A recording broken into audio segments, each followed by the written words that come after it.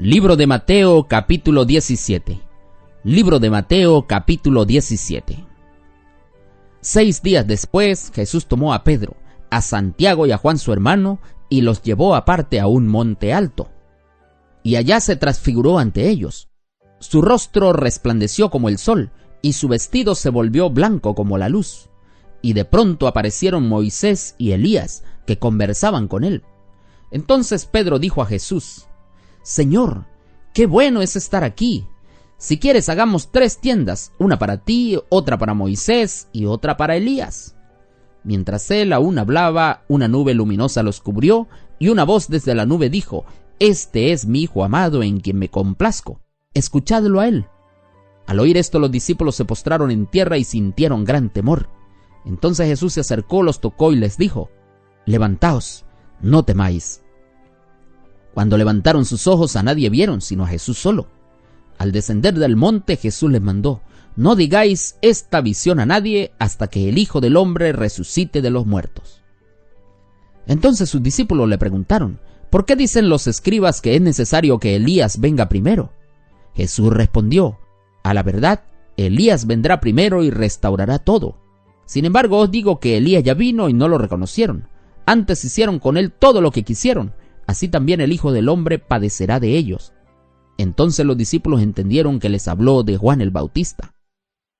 Cuando llegaron al gentío, vino a él un hombre que se arrodilló ante él y le dijo: Señor, ten compasión de mi hijo, que es lunático y padece mucho. Con frecuencia cae en el suelo o en el agua. Lo traje a tus discípulos y no lo pudieron ayudar. Jesús replicó: Generación incrédula y perversa, ¿hasta cuándo tengo que estar con vosotros? ¿Hasta cuándo os he de soportar? Traedlo acá. Y Jesús reprendió al demonio y lo expulsó, y el muchacho quedó sano desde esa hora. Entonces llegaron los discípulos a Jesús aparte y le preguntaron: ¿Por qué nosotros no lo pudimos echar? Jesús les dijo: Por vuestra poca fe. Porque os aseguro que si tuvierais fe como un grano de mostaza, diríais a este monte: Pásate de aquí para allá, y se pasaría. Y nada os será imposible. Pero esta clase no sale sino con oración y ayuno. Un día en que iban por Galilea, Jesús les dijo: El Hijo del Hombre será entregado en manos de los hombres. Lo matarán, pero al tercer día resucitará. Y ellos se entristecieron en gran manera. Cuando llegaron a Capernaum, vinieron a Pedro los que cobraban las 2 dracmas y le preguntaron: ¿Paga vuestro maestro las 2 dracmas? Él dijo: Sí. Al entrar en casa, Jesús le habló primero y le dijo: ¿Qué te parece, Simón? Los reyes de la tierra, ¿de quién cobran los tributos o impuestos? ¿De sus hijos o de los extraños? Pedro respondió: De los extraños. Jesús le dijo: Entonces los hijos están exentos. Sin embargo, para no ofenderlos, ve al mar y echa el anzuelo. El primer pez que salga, tómalo, y al abrir su boca hallarás una moneda. Tómala y dásela por mí y por ti. En este capítulo ocurre lo que conocemos como la transfiguración, y también se describen algunos detalles de lo que ocurrió allí. El comentario de la Biblia del Diario Vivir dice que la transfiguración fue una vislumbre de la gloria del Rey. Fue una revelación especial de la divinidad de Jesús a los 3 discípulos que estaban con él, y una ratificación divina de Dios de todo lo que Jesús había realizado y estaba por realizar. El versículo 1 dice que esto ocurrió en un monte alto, y el comentario bíblico Mundo Hispano dice que según una tradición el evento tuvo lugar en el monte Tabor de Galilea, pero es más probable que haya sucedido en el monte Hermón, cerca de Cesarea de Filipo. Este monte se eleva a unos 3.000 metros sobre el nivel del mar.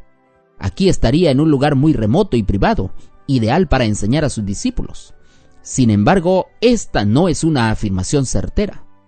Según el deseado de toda la gente, en la página 387, Jesús y sus discípulos se trasladaron desde Cesarea de Filipo hacia el sur, y antes de la transfiguración se encontraban cerca del mar de Galilea, por lo menos a 50 kilómetros del monte Hermón.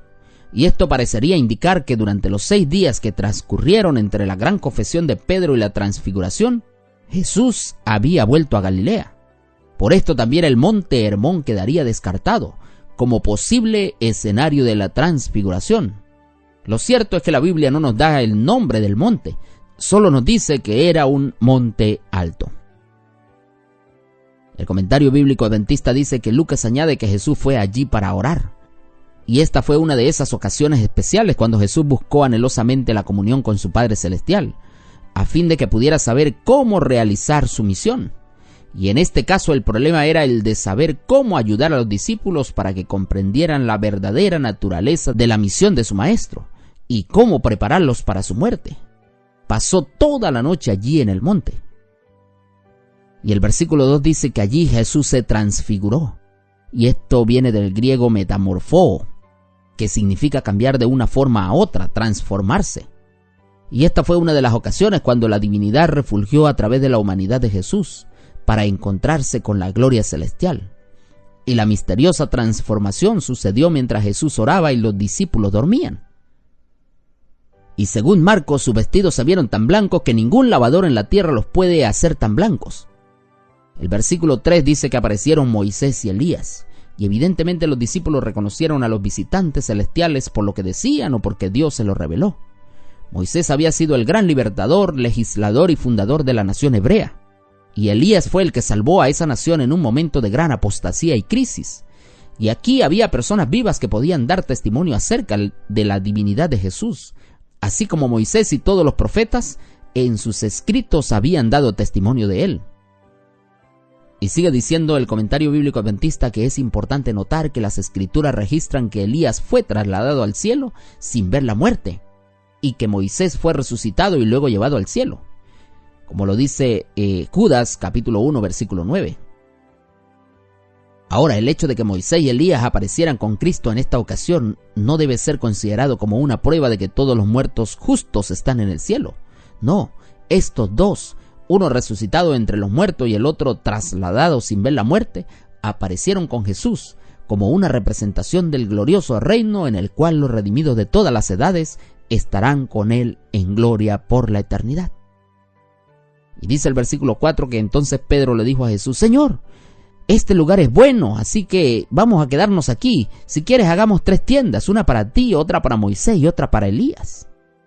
Y dice el comentario bíblico adventista que, como de costumbre, Pedro fue el primero en hablar. Lucas dice que Pedro habló sin saber lo que decía, y Marcos dice que Pedro, al igual que los otros, estaba espantado.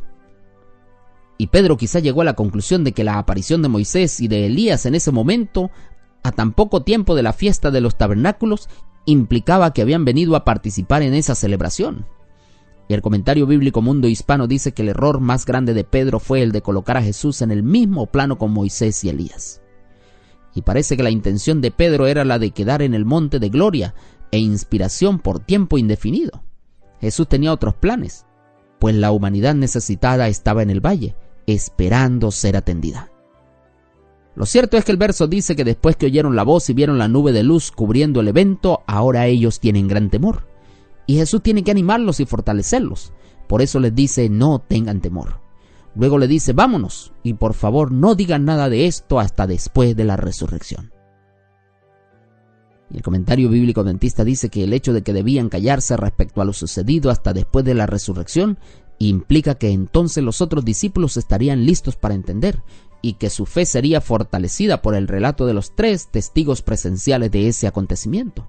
Además, habiendo contemplado con sus propios ojos a los 2 hombres sobre los cuales la muerte no tuvo poder, esos 3 discípulos deberían haber estado preparados para creer las palabras de Cristo acerca de su propia resurrección, y también para impartir fe y valor a sus compañeros en el discipulado. Lo consiguiente del capítulo pues es más explicación sobre este acontecimiento, que estaba relacionado también con Juan el Bautista. También encontramos la curación de un epiléptico y el segundo anuncio de la muerte de Jesús. El versículo 22 y 23 dice: estando ellos en Galilea, Jesús les dijo: el Hijo del Hombre será entregado en manos de hombres, y le matarán, mas al tercer día resucitará. Y ellos se entristecieron en gran manera. Y aunque los discípulos ahora comprendieron que el Maestro les estaba hablando de su propia muerte, esperaban y creían que pasaría algo que hiciera que ese padecimiento fuera innecesario. Y el comentario de la Biblia del Diario Vivir dice que una vez más Jesús predijo su muerte, pero aún más importante fue que se hablara de su resurrección. Pero desafortunadamente los discípulos solo oyeron la primera parte de las palabras de Jesús y llegaron a desalentarse. No entendieron por qué Jesús quiso volver a Jerusalén al centro del conflicto. Los discípulos no entendieron totalmente el propósito de la muerte y la resurrección de Jesús hasta el Pentecostés. Los discípulos no entendían por qué Jesús seguía refiriéndose a su muerte, si ellos esperaban que Él estableciera un reino político. La muerte del Señor terminaría con sus esperanzas. No sospechaban que la muerte y resurrección de Jesús haría posible su reino. Y la profunda tristeza que Mateo describe indica que la realidad de la muerte anunciada de su maestro había llegado a la conciencia de los discípulos.